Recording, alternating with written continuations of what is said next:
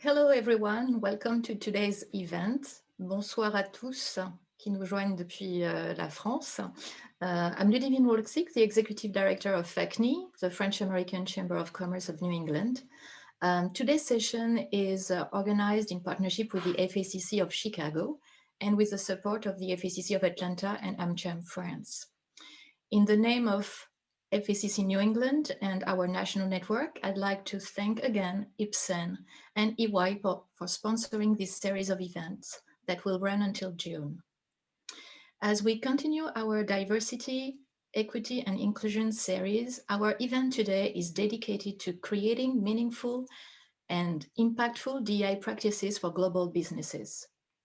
The way companies approach DEI depends on their maturity, their size and sector, but also regulations and enterprise culture. Today, we are very honored to welcome thoughtful leaders from CiscoSystems France, Ipsen, and United Airlines, based on both sides of the Atlantic. And I warmly thank them for having this conversation with us today. I'd like to address my personal thanks to Régis Mulot, who is the Chief HR Officer at Ipsen. Régis is a longtime member of FACCNE, and he launched the HR forum of our organizations back in 2015. I know a few of our members are attending today. Thanks, Régis, again. With no further ado, I will turn it to my colleague, Andrea Fletcher-Jett in Chicago, to introduce our presenters. Thank you. Thank you, Ludivine, and again, welcome to everybody on behalf of the FACC of Chicago.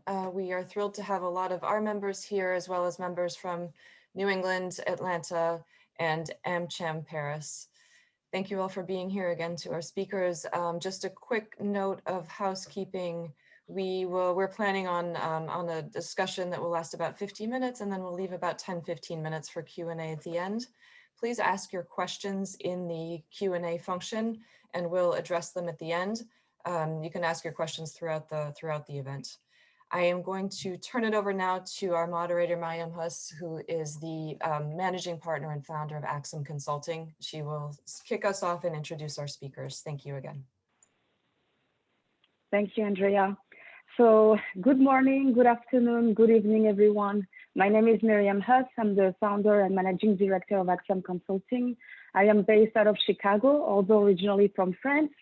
And I'm very happy to be moderating this topic today, very important topic, which is diversity, equity, inclusion, how to create meaningful and impactful practices for global businesses and companies. So really today we'll be looking at this topic from a transatlantic lens. So looking at the US and French perspective. So let me introduce you to our panelists today. So in Chicago, we have Khady Gaye, who's an HR manager for the commercial division of United Airlines. Then we have from Paris, Hélène Sancerres, who's a director of change management and coaching at CiscoSystems. And finally, but not least, Régis Mulot, who's the executive vice president and CHRO of Ipsen. So let me hand over first to our panelists who can better introduce themselves before we get started. Khady, do you want to start? Thank you, Mariam, for this welcome, and I'm happy to be part of this conversation together with Régis and Hélène. So as you mentioned, I'm currently based in Chicago. I was based in Brussels before, so happy to see the various lens on how we will talk about diversity, equity, and inclusion. So me, in a nutshell, I'm a passionate person. I'm a positive person. I work in the HR field for more than 20 years. I'm a DEI advocate, and I'm also a storyteller. And for more information, I would just invite you to look at my profile on LinkedIn. You will have much more information. So today it's about our audience. Thank you. Thank you, Khady. Hélène? Yes, hi everyone. I'm Hélène Sancerres. I'm based in Paris, but working for Cisco in France. So very much when it was possible in the Silicon Valley. I'm in charge since more than 10 years now of change management, CSR, and all the coaching and engagement for the employees. I'm also sharing and co-sharing the CSR committee for AmCham in France. And it is at this title also that I'm here today, because we are with our members working on recommendation for companies and government around D&I. Happy to be there. Thank you, Hélène. Merci. Régis? Hi everyone, nice to be with all of you today and to have this opportunity to discuss with Mariam, Khady, and Hélène. So Régis, I'm in charge of HR at Ipsen. Ipsen is a French listed company, but we position ourselves and we are proud to be a global company. I'm based in Paris. But prior to join Ipsen 3 years ago, I was based in Boston, and I've been working for more than 20 years also for US companies, whatever it was in US, in UK, in Belgium, in Netherlands. So hopefully I can bring a little bit of my personal and company's experience of being on both sides of the Atlantic for this topic, which is super important, diversity, equity, and inclusion. Merci. Thank you, Régis. So let's dive in and start with the basics. So Khady, you've worked in Europe and in the US. So how is DEI defined between the two continents? And in your opinion and based on your experience, why is it important? Thank you for that question. If I can give a brief description on diversity, equity, and inclusion. When it comes to a description, I think there are as many descriptions as you have people in the world. But for today, I think when we talk about diversity, it's really like who is at the table. The differences and the similarities that an individual has, and that is actually who you are, the DNA that you have, that you bring at the table. So who's at the table? When it comes to equity, first of all, I think we are in a world where we put labels on things, and we make a lot of confusion between equity and equality. So when it comes to equity, for me personally, it's really removing and addressing the barriers and inequalities that are existing, so that everyone has at least the opportunity to get access to eventually achieve a goal and be successful. When it comes to inclusion, and that's where I see a difference between US and France, because that's the purpose of our call today. Inclusion is really like, how do you ensure, once you have that diverse workforce, how do you ensure that the workforce feel welcomed, heard, valued, and respected? How do you interact with people from different backgrounds, different cultures? How do you communicate with people? And to give a brief example to illustrate the difference between the US and France, I remember one situation where I had to do a workshop around diversity, equity, and inclusion. And in my mind, I was thinking inclusion, we have the same word inclusion in French, inclusion. But it didn't mean exactly the same for them when I was talking and conducting that workshop. So we had a whole conversation about what inclusion actually means in France, also just from a cultural background. And I think even if it's different, from my personal experience, I would say that in France, we would rather talk about integration. How do we ensure that people can live together, vivre ensemble? Because what is important is that you respect the laws of the country you live in, and you also respect the privacy of the individual. And next to diversity, equity, and inclusion, what I also wanted to add is belonging. That's extremely important because that's really, for me, the cherry on the cake. Because when you feel belonging to a company or the society, you no longer have to think twice on who you are, your values. You can bring your whole self at workplace. Thank you. Thank you. Hélène, so for you with CiscoSystems, so it's a global company, how do they define DEI here in the US versus in Paris and France? What are the differences?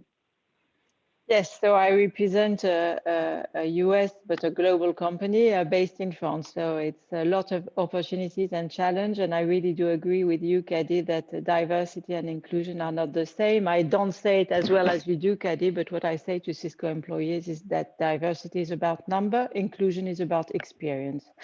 So we are very much working on both because we need to progress on both.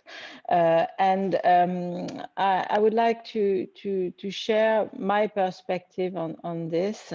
In France, you don't come from the same history or background than the US, which comes from segregation when we talk about diversity and inclusion. And in France, you come from a total other background, which is human rights and fraternity. And so we see that in France, there is a willingness to be blind on those subjects. We don't want to highlight them, which is really different. It's really a different way to see things. So it's also a country of laws and of policies. And so we really need to work hand to hand with the government to improve this because it's very important. There is a really genuine and growing awareness in France on how D&I is important, but it's important for business. That is new. It's not only done for social matters, which is great, it's also done for business. So regulation and government action have been key in kickstarting a real movement with the company. I was this morning in France interviewing the Minister of Equality of Chance and Diversity, Elisabeth Moreno, and she's launching an index on diversity, cultural and from origin. It is brand new and it didn't exist. So we are working on this. On gender, it's a bit more advanced with a law called the Copé-Zimmermann law, published in 2011, to increase the number of women in the board, which is efficient. A law measure quotas, and now it's not an issue somehow anymore. So this is mainly the cultural and way of operating a country that I see in France versus the US. Perfect, thank you. So how about you, Régis? You've worked on both continents as well. What is your perspective? How is it defined in the US versus in France? Well, like Khady and Hélène, clearly much more interested to I would say to discuss about the inclusion maybe than the diversity, even if diversity is required. But maybe before talking about inclusion, just would like to go back to diversity because at least from my personal experience, there's also confusion there, or at least different ways. It doesn't mean the same thing in US and in France. Yeah. My experience, personal experience, has been that diversity has been about respecting difference. Really, that's what I've seen for the past 20, 30 years I've been working around. Versus, again, it's personal. In the French, at least in the French system, I have the feeling that diversity was more about being non-discriminatory. It was not so much about respecting the difference, it was about non-discriminatory. At the end, it's maybe the same outcome, but I think it's important for the people who are on this webinar to have this perception, either as if you're French or if you're American, just to think that maybe we don't think about exactly the same thing with the same word. But going to I would say inclusion, for me, I would like to be maybe a little bit challenge a little bit the colleagues there and the people on the webinar. Somewhere, I shouldn't say I don't care, but what I really care about, and I think we should be caring about, is somewhere what Khady and Hélène has been talking about. It's my purpose, my objective as a CHRO is to foster an environment, a work environment, where the employees, the associates can be who they are, and they feel safe to innovate. Because at the end of the day, it's to your point, Hélène, that there is a business, there is something behind. There's a business outcome also. Of course, we want a great environment where we're respectful, where we have differences. But at the end of the day, for me, it's about how I foster, again, I repeat, an environment where I have people, have colleagues with different background, with different experience, who feel safe to share it, to express it. But it's not just about being yourself, to be yourself. It's by being yourself and being able to share, you're going to innovate and you're going to build great products, whatever it's at Cisco, or provide a great quality of service at United, or provide a great patient support at Ipsen. And that I think quite important to have that in mind, at least from my perspective. Last thing is that I think back to what Hélène said on maybe the background, the origin of, if we compare US as history and France, and we'll talk about it I think later on. You just said, Hélène, that you met this morning the minister. And the title, I don't know if for all of you on the call, the title of this minister is Minister of Equality and Diversity. And equality, we'll come back to it. That's something that we will see clearly on the French side, much more than on the US side, where we'll talk about equity versus equality. So I'm sure we will talk about that later on, but interesting just to hear you, Hélène, talking about the title of the minister. Yes, it's true, Régis. It's equality of chances, diversity and inclusion. And it's really linked to human rights. And she's been talking a lot about this. She's coming from this background, but it's really interesting to see how it's positioned. I agree with you, Régis. Yeah, you're right. And just I want to piggyback on what you said earlier, Hélène, and you did too, Régis. The history is different. And if you're looking at the current history with what happened last year with the George Floyd, Black Lives Matter, that has always, existed. Unfortunately, Black Lives Matter existed way before what happened with George Floyd, but everything, came to corporate America, and we saw a lot of different initiatives, CEOs, executives coming out and making statements. So I'm curious to hear from your different perspective, working here in the US versus in Europe, do you think that the DEI practices and can be global? Can DEI initiatives could be global? And if not, what are the biggest differences you've seen between the US and France? So Khady, you want to start? Yes. I don't know if we can have like a yes or no answer to that question to start with. I always use the merged word of global. Let's be global. So when you work for a US company that has like global activities, how do you ensure that you can implement the policies and procedures and the strategy locally? Because there are differences. There are differences in many layers. It starts from a legal perspective. What are you allowed to do and what are you not allowed to do? And if I pick back on your example regarding Black Lives Matter, so we have an entity in France, Roissy Charles de Gaulle, and when this whole Black Lives Matter started, a lot of actions have been taken within our organization in the US. And they wanted to, of course, replicate that throughout the organization. And, if I take the example of France, but not only France, other countries in Europe, they were like, why do we need to talk about this at the workplace?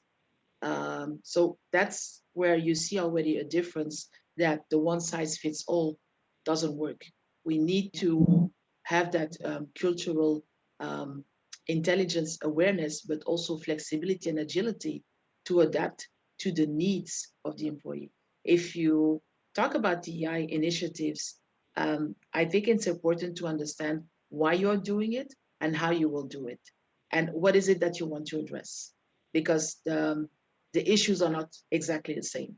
Of course, when you talk about racism, racism is universal, but the root issue of racism is different in the US versus in other countries in Europe. The incident of George Floyd is not new for a lot of, let's say, Black African American community. It's not new for myself living in Belgium, but I remember when I moved from Brussels to Chicago in September and I was talking about it, they were like, oh, is this happening in Europe? They were thinking that it was only like a US issue, but it's not. It's just that it's represented in a different way. It's handled and managed in a different way. And we talk about it in a different way too. So global DEI practices, I would, yes and no. I think we need to be careful on what we implement, how we implement it, and make sure that we are talking to each other. But for me, the one size fits all doesn't work. So I would say we need to have global activities. Global activities. I'll use that word as well. How about you, Hélène? What have you seen? What are the biggest differences? Yes, I mean, I've spent 25 years at Cisco, so I think I'm global myself, but I'm still figuring out what a global activity can be, because sometimes, and this is a very good example around Black Lives Matters, it fell overnight, and really we felt with real empathy for what happened. But when we were asked to immediately take actions in France, we couldn't, because in France, company cannot easily measure ethnic diversity, for example. So we were bound to take and to have ratios of people from different origins working for us, but you can't count them. So, you know, and US people were very much, you know, not understanding why we were not reacting so quickly. So, I mean, I think it's really a question of I'm a great believer of global corporate decision, because I think on those topics and on many others, lead by example and have a corporate impulse is really essential. At a level of a country, you can push ideas, but it will never be as powerful as it is coming from down. So this is the first thing. And then you need to really work on what it means locally. So that's what we've done at Cisco. Our mission has changed. It is now to power an inclusive future for all. And we have figured out in France what it would mean for us and how it would be relevant to our employees, to our customers, and to our partners. And then we have to explicit all this around the world. So it's really a seamless discussion between global and local on those topics. Perfect. Thank you, Hélène. So I'm going to mix a question with that question for you, Régis. So first, do you think that we can have DEI initiatives, you know, being done globally, which I think we can't really, you have to adapt to the country, to your audience. And then the other part of the question I wanted to ask you is, and Hélène started talking about it, but can we talk about racism in companies? What have you seen between, you know, corporate America versus now working in a French company? How is it perceived? So, like again, Khady and Hélène, the global, I think it's totally the solution. But I will answer that. I think you should have a global inclusion clearly strategy and vision, because again, it's back to what you define by inclusion. But back to what my colleague said. the policies, the programs that need to be adapted locally for all the reasons we heard, the history, regulations, the role of a company.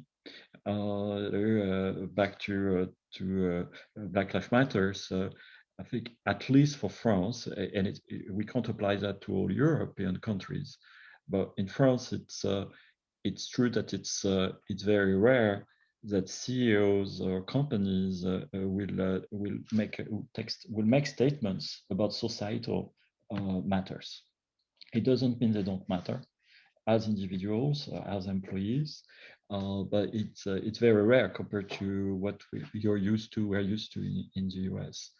And also, as Hélène mentioned about regulation and Khady, there are some things that all of us we know on this call. You think about even if you think about EO1 report, back to basics, I would say EO1 reports in US. The EO1 reports, you are capturing information like ethnic origin.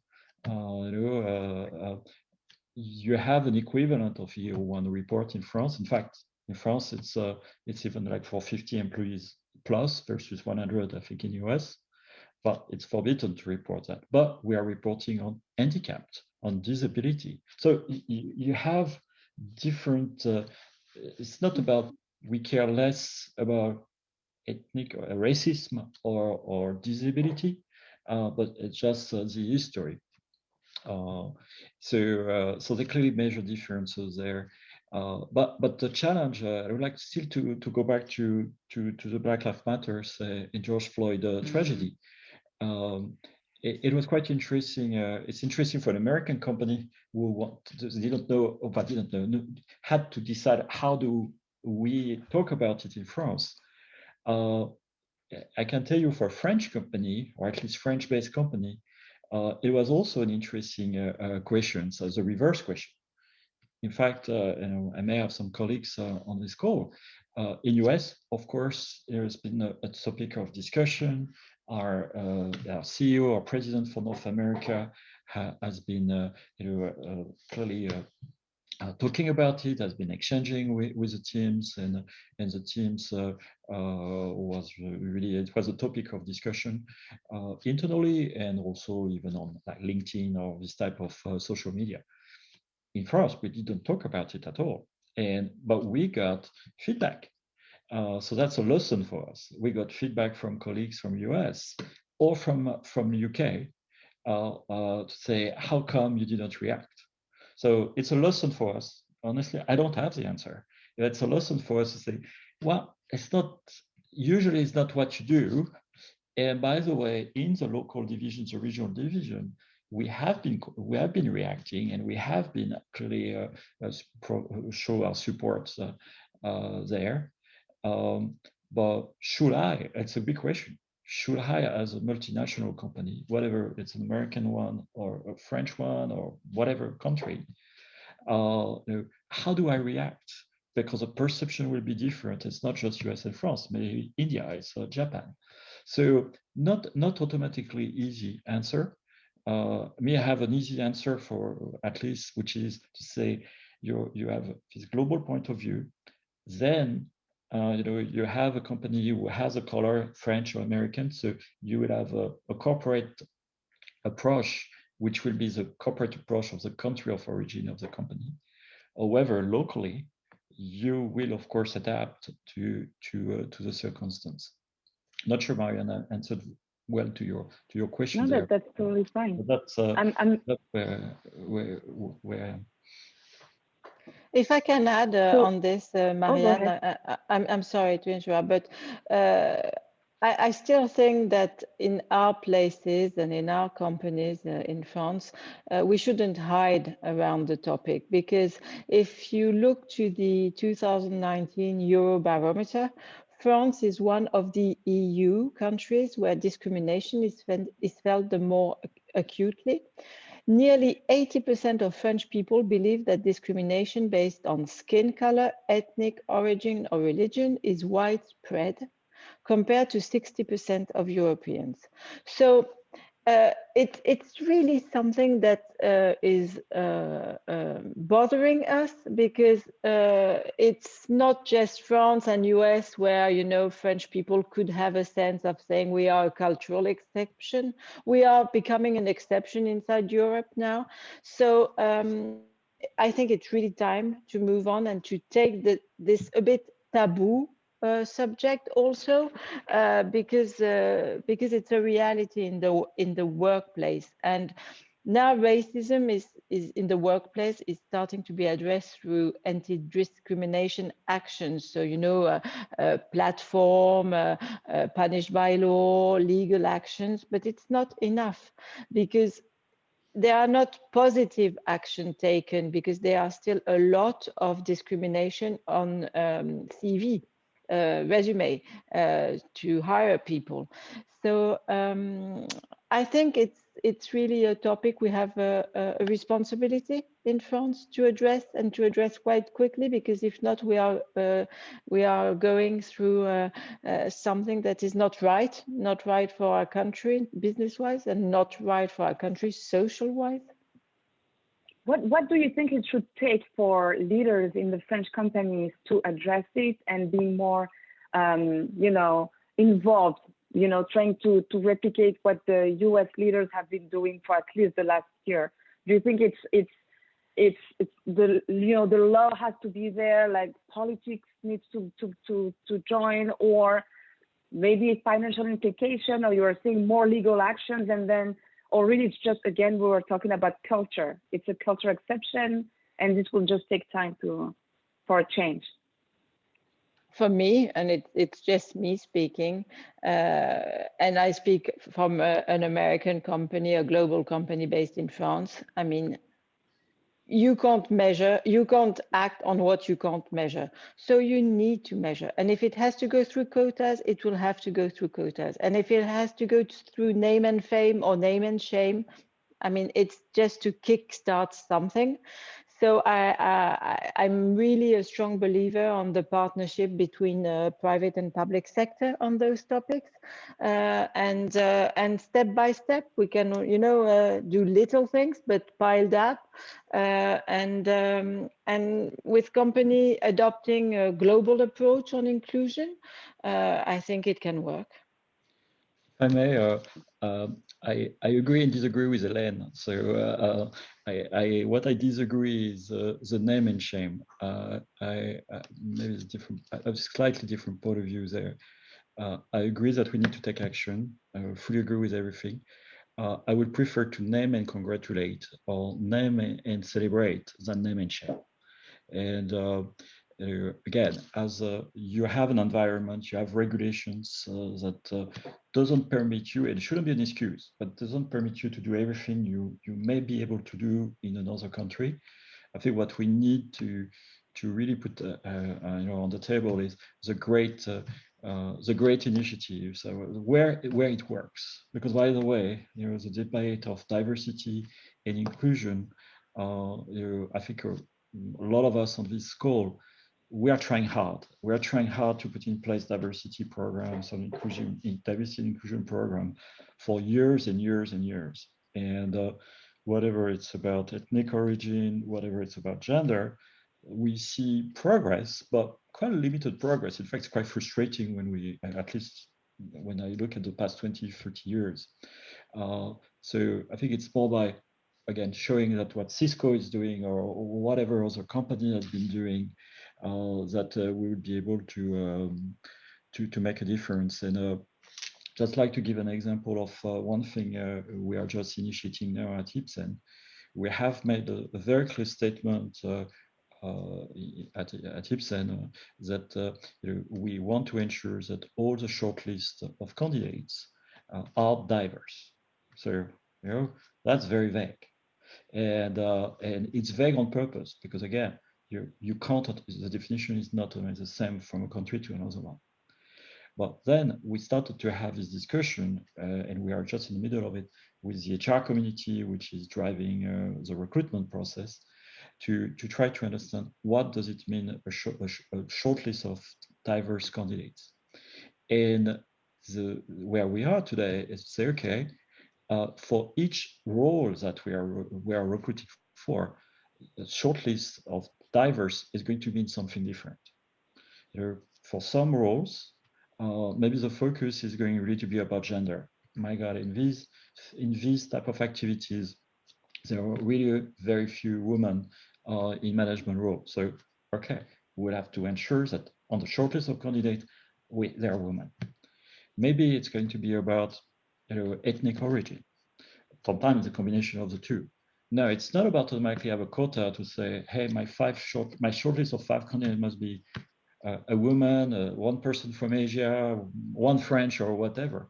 But it's looking at this future role, this future person will be integrating a community. What is missing there? What, again, will make this environment different? And it's not easy to address it through regulations. It's about a lot of discussion and exchange with leaders to show them, to demonstrate to them that they are missing something, that by not having the diversity, they are missing something and they are not certainly going to have the inclusion. So that's one example, but it's quite difficult. It's quite difficult because it's very difficult to have specific rules. Now, quotas, we'll talk about it certainly later on. We have seen that quotas, well, in France, for example, it's working.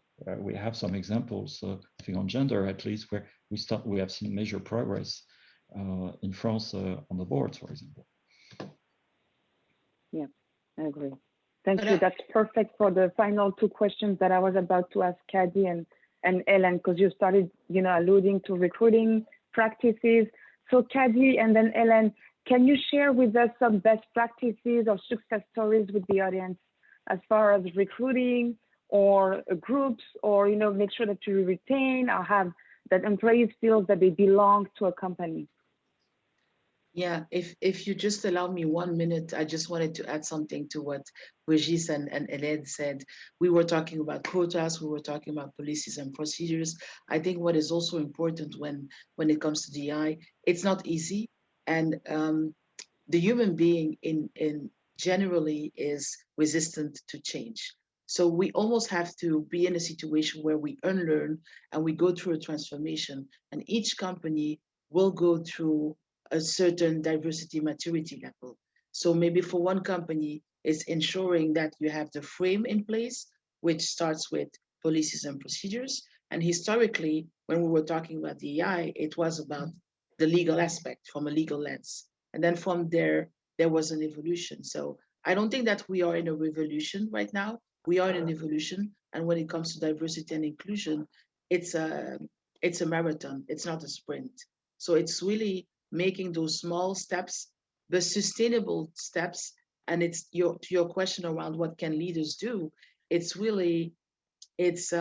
acknowledging and recognizing that diversity and inclusion is a business imperative, because it brings growth, innovation. The world is not one color. The world is diverse, and we whether as a company be proactive towards it versus waiting for something to happen and have to adjust towards our customers that we serve, the commercial partners that we're working with, or the communities that we serve. So that's what I wanted to add to the earlier question. On the recruitment piece, again, I think there is this mindset that we resolve everything by recruitment diversity. And I think we need to have a holistic approach when it comes to diversity and inclusion and see the whole employee life cycle. Once you hire someone that is diverse, how do we ensure as a company that this person has sufficient opportunities to advance within the company? Because that's where you see the gap and the issues, ensuring that you have solid programs in place in terms of development, ensuring that you're providing the right support to managers, because we're talking about unconscious bias. I do not believe that we can remove unconscious bias, because we all have it. But if we can reduce it, we would probably be in a different, we can be in a different perspective. It starts with job description. What is the language that we use? How do we attract people? It starts with the systems that we are using. The panel interviewers, if you are doing things in the same way all the time, maybe, you know, it's time to pause, do an audit, and ensure that we have always those different perspectives in order to ensure that we are innovative and inclusive in all we do. You were asking about best practices. I prefer to use good practices because a best practice for me can be good for my company based on my culture and the structure of my company, but you will not be able to copy paste it to another company because the culture is different. We all have our own DNA. So when it comes to good practices, two I want to highlight here is one, whatever role you're in, no assumptions. Always ask questions. That's number one. And number two, we need as human beings to try to avoid judging people because we are very good in judging people.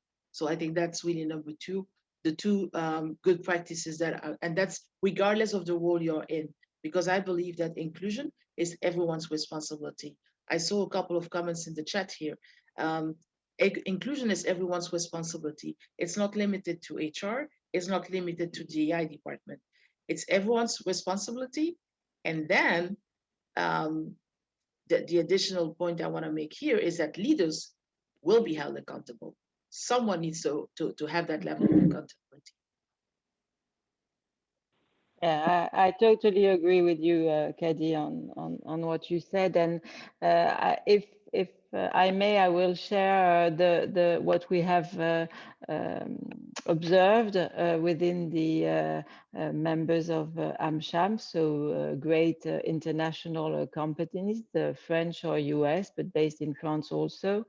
And we think we have made a summary of, in our point of view, what makes a successful corporate D&I policies. The first one is to, as I said, ask yourself why you are wanting to improve your inclusion and diversity. It's linked to the business, and it helps you choose your battles and define your priorities, because you can't just take everything over, and you should work step by step. And as you said, Khady, what works for you and is relevant to your context, to your activity, to your business. So that's the first thing. The second one is and it resonates with what I said around the global. You can't do something without the CEO and the leadership team totally embarked. So you need to have a clear commitment from the management at the highest level for inclusion being a success for the company. The third one, as we already said, is to have an ecosystem approach, because inclusion is for your employees with your employee resource groups, but it's also for your customers, it's for your partners, it's for manufacturing. So how you build an ecosystem approach around D&I, then and I'm sorry, Régis, we don't agree, but there is measure because to understand and move forward. And I prefer name and fame than name and shame. But you can't walk on this path without measuring factual elements. My experience around CSR, which I lead since a number of years, is that guilt can't be a lever. We've seen it on sustainability. It doesn't work making people feel guilty, or it's not what is going to last. So how you can measure and understand where it doesn't work to move forward, and then be humble. I mean, you need to adopt a continuous progress approach. I mean, you need to start there and then, so it needs to be on a long period. It's not just an action, okay, tick in the box, inclusion, done with it. No, it's going to be, and as you really said, we couldn't imagine that the virus, the COVID virus, would bring us a type of discrimination with Asian people in France and everywhere around the world. So it's new. We need to adjust and to adapt around this. So, these are the best practices I would like to share with you. With a baseline on this is train, educate, inform. I mean, with a lot of energy, and make people accountable and companies accountable. As you said, Khady, it's everyone's responsibility, but the companies might have to be accountable on this. They can't just Actually, there's a question in the chat about exactly that. How are you currently holding employees accountable for equity and inclusion? If it's a question for me, it's because we make mandatory trainings on unconscious bias, on having diverse panels for interviewing candidates, on having diverse candidates for our recruitment team. And so this is how at least we make employees accountable at our levels. Maybe I can add a couple of examples. So on our side, yes, through the recruitment process involves a lot of people. It's not just a leader. There are multiple people first who are involved. So that's a way to have thousands of people involved in pushing for diversity and inclusion, but also in our case, as part of what we call our ways of being, which are the behaviors that really we feel are the behaviors that we are expecting all the colleagues, associates to demonstrate every day.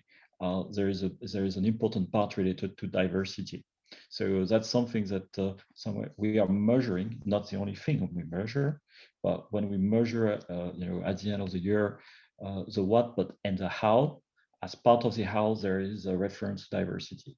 So that's one way also to, I would say, to not having only leaders or whoever involved, but everyone.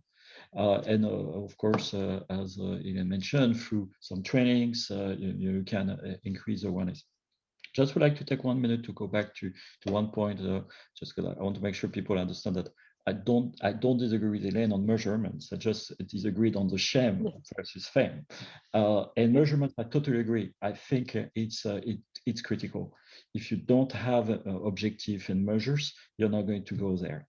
I'm not sure I agree with always with quota, but I agree with measurement and ambition. I think it's super important, and we have as companies ambitions, objectives that we are transparent, that we measure them, we share them. As good best practice, one thing that I've seen working in these past years, which is specific to gender. Again, as Hélène said, you have to choose your battle. You can't address everything immediately, so sometimes you have to pick one topic.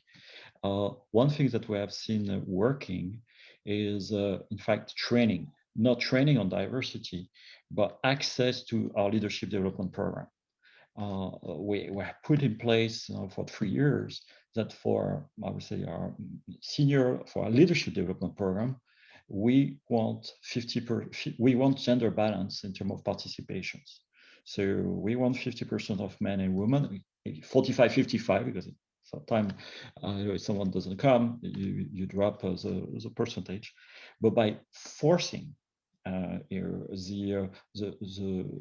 have this 50-50% of men and women participating in training, in fact, it had a very positive impact on the woman promotion. Because unfortunately, like other companies, we have a pyramid where we have less women in the top roles than overall. And when we started to ensure that we had for all this program, which are really accelerating your career, the same number of men and women. In fact, it was difficult to find women because there was not a lot of women, in the right band or the right grade. So you had to look around a little bit more. You had to be a little bit more creative to identify these colleagues with the potential, but maybe didn't have the title. And I really feel that we have increased from 33% to 42% these past 3 years, the number of women in leadership position, which is the top 200 jobs at Ipsen. And it's a combination of recruitment. So really be caring and be careful in your recruitment process. But I know a big part has been also related to the fact that we have been able to have more women benefiting from this leadership development program. And it was supported by leaders also, because leaders, it's part of our long-term incentive plan. There is some criteria. There's some KPI were related to gender diversity. So that's another way also to encourage clearly and make sure that the leaders are focused on it. Yeah, and I wanted to add, Régis, on what you just said. I put it on the chat here. In our company, we also have like DEI goals for like senior leadership, but we encourage everyone within the company to at least have as part of their goals to select one DEI goal that they want to focus on for the year, and it will be added in their performance goals. So that's, like you say, a way to do it. And that's new, Khady, in your company? They're starting doing this year? Adding DEI goals for every single employee? It's for senior leadership mandatory, and for employees, they can add a DEI goal. So we created like a DEI library that they can choose from. Yes. Okay. Because so thank you, Khady, for, oh, go ahead. I think the pandemic has really helped to do so as well. I want to be transparent here because, as I said, change doesn't happen overnight. The pandemic has helped to make some really big transformation, and performance management was one of them, where we were using the traditional weighting process, and we changed it last year, and this year we add an additional component with DEI. So pandemic can be a crisis, but also an opportunity to do things differently. Thank you. I was about to say thank you for answering all the questions in the chat. So people in the audience, if there's any other question you would like to ask, feel free to do so.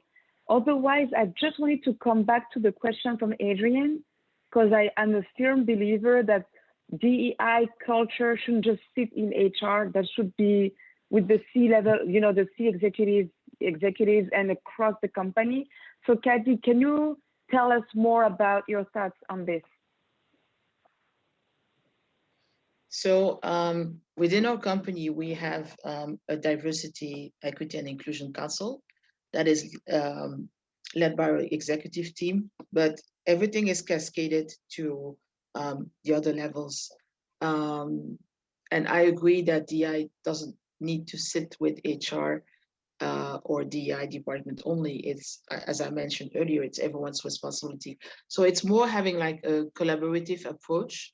So we have like different task force that are working on specific projects, and the way that the task force is made up is that you always have sponsors, executive sponsors, to ensure that it's not only talking and brainstorming, but that we can transform that into concrete, actionable items that will be measured.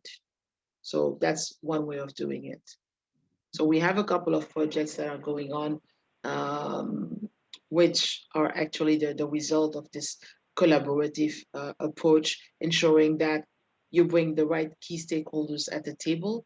And when you bring someone at the table, it's not only bringing at the table, but ensuring that everyone's opinion or ideas are being heard and are being considered as well. Because if I take my example, if I'm invited in a meeting, I mean, I will only be happy if I'm able to speak and share my ideas, and that I feel that my ideas are being or will be considered. We can disagree on a lot of things, but at least it's having a seat at the table, but also being heard.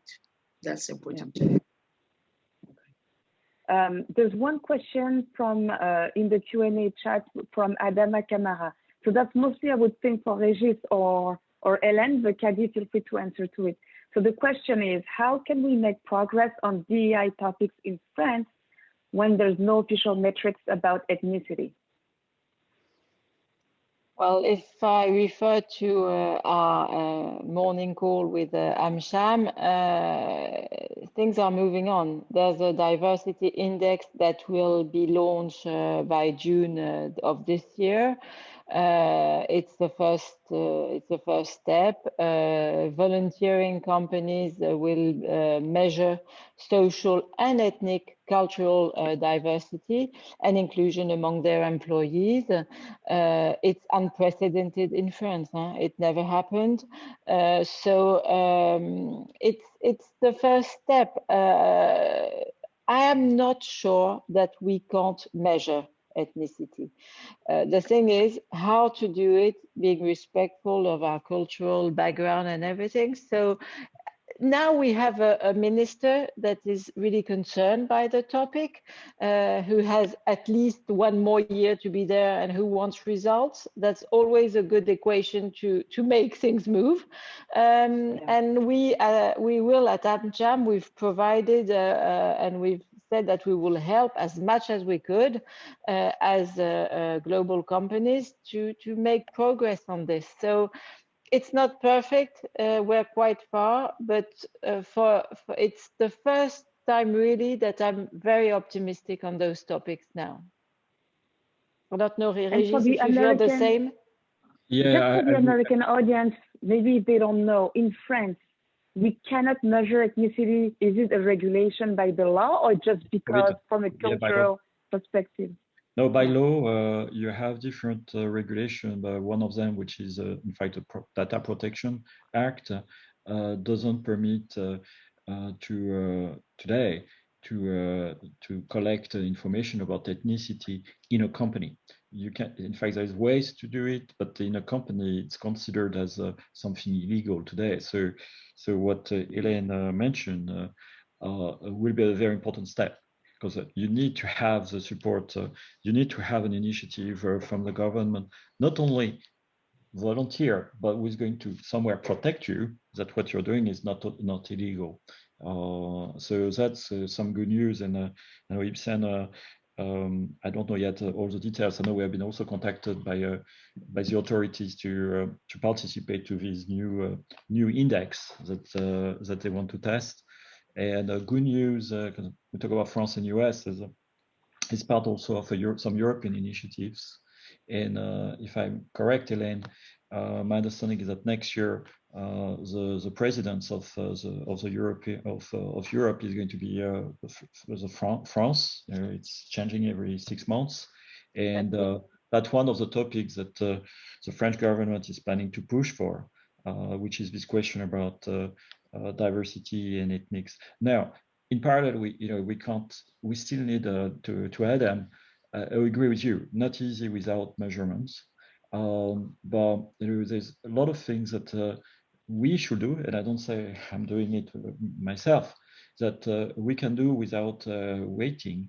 And campus management, campus recruitment, it's a way. There's ways where you can target without being discriminatory some different groups and potentially integrate more diversity, ethnic diversity in your company.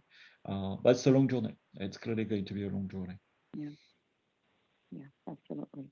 I want to be sensitive of the time. It's almost noon Central Time. So there's one question. I don't know. I just want to make sure, is it okay to answer one last question to you all, or should we just conclude? I'm good. Okay, so that's a follow-up question from Adrian. So, oh, you did answer this question again, Khady. Merci. You want to say it out loud for everyone?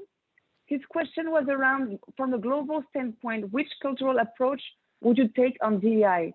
So if it's a French HQ who has an assimilation equality approach, then they have versus a US headquarter that has an adaptation equity approach. For example, Mexican American versus French French, which approach would you take? And so Khady was saying no wrong or right answer here. It requires discussion with key stakeholders. Me too, again, it depends. That's the answer. It's again about the purpose of inclusion, back to what we discussed. It's about building this environment where people can be at their best, and there's not one answer. Yeah. And sorry, right. Mariam, I think just by habit, I thought that we should interact with people when they put comments on the chat, and the QA, that those were the questions. So that's why I was starting answering them. So no, thank you very much. So I think we can conclude. It's smooth.